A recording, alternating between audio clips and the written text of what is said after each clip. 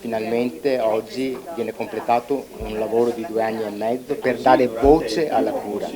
Sono stati 2 anni e mezzo in cui questo provvedimento, questo progetto di legge è rimasto fermo e con l'inizio di questa legislatura è stato sposato anche dal Presidente Stefani. Ho voluto costruirlo assieme al gruppo del Partito Democratico perché credo sia il momento di dare voce e forza agli oltre 600.000 caregiver, il dato stimato, che in Veneto si prendono cura di una persona cara per ragioni affettive, un genitore con un figlio fragile, un anziano che magari è accudito dal proprio partner o dai propri figli, o anche un amico, un vicino di casa di cui ci si occupa e che non può badare a se stesso. Io credo che questo esercito silenzioso della cura debba essere rimesso al centro e questo progetto di legge che oggi firmiamo è uno strumento importante per dare informazione, formazione, supporto psicologico e sostegno e sollievo a chi ogni giorno nel silenzio si prende cura. Ci tenevamo entro 6 mesi a depositare questa proposta di legge che adesso avrà l'iter in commissione e poi sarà approvato